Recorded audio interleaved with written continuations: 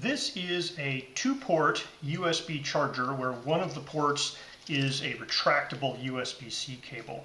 It works pretty well, except that it lies about its specifications. So it claims to be a 30-watt capable charger that can power the 20-volt level in USB-C.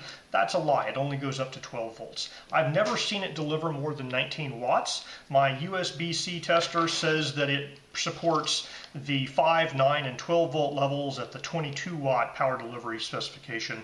And so the 12 volts at 2.5 amps appears to be a lie. It looks like it's closer to 1.5 amps for the max output at 12 volts.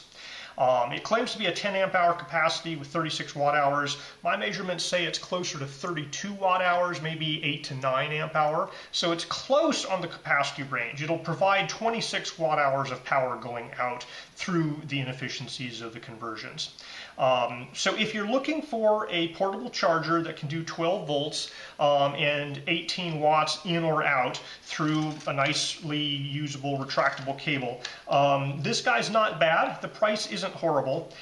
I dislike recommending products that lie about all of their specifications, however, and I don't like encouraging that as a business practice. So I can't recommend you buy it, but it's not a horrible 12 volt capable USB-C charger. Now, the only wrinkle is that if you plug in something to both ports, it drops down to 5 volts. It can kind of do pass-through charging, but why bother at 5 volts? There's really no point in ever trying to use more than one of the two ports on this device. And because of that, I kind of prefer if this port was a USB-A port, just to give you a little flexibility of charging things with a USB-A connector. So if you're in the market for a charger that's similar to this guy here basically does everything that guy does. It doesn't have a fancy digital display with a percentage, it just has some dots. But it has the added advantage of a built-in lightning cable as well as the built-in USB-C cable and USB-C port. And it doesn't lie about its specifications. It's actually 10 amp hour and it can do the 12 volts at 1.67 amps. So this guy has been powering my laptop and charging it for about 30 minutes. It's transferred 10 watt hours so far. It says it's basically gone from 100% down to 59%. The top of the unit right up here is the warmest part. It's definitely warm to the touch. It says 120 degrees Fahrenheit here, so it's not unreasonably hot, but it is definitely warm.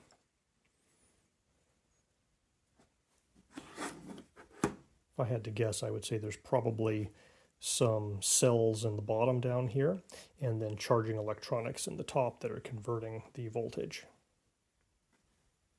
All right, we're going to detect the protocols supported by this power bank.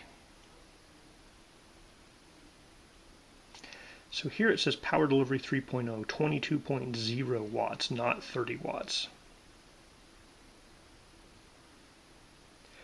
So quick charge 5, 9, and 12 volts. It does not list 20 volts, it does not list 30 watts in this. So I do not believe this is a 30 watt charger. It doesn't seem to support 20 volts on quick charge or power delivery. This is a pretty standard 22 watt charger, able to deliver at least 19 watts, which is what I've seen. And it may or may not have a full 36 watt hour capacity battery. It's pretty close, but I suspect it's probably closer to 32 or so. So this guy's perfectly fine for charging phones, probably tablets. It can charge my laptop, but not at a super fast rate, but it can power it, so it can give you an extra hour of runtime or so on my laptop. All right, as soon as this guy went down below 6%, it starts flashing the number here. So it's kind of saying, hey, I'm at the low battery, charge me up. You can't expect me to last too much longer here. All right, the watt hour meter says it's delivered a total of 26 watt hours. It claims 36 watt hours of battery capacity, so that's basically 72% efficiency converting from the battery voltage out to the USB, which isn't horribly unreasonable, but it's not super great either. So I'm going to reset the watt hour meter. We're going to charge this guy up, and we're going to see how many watt hours it takes to fill it up.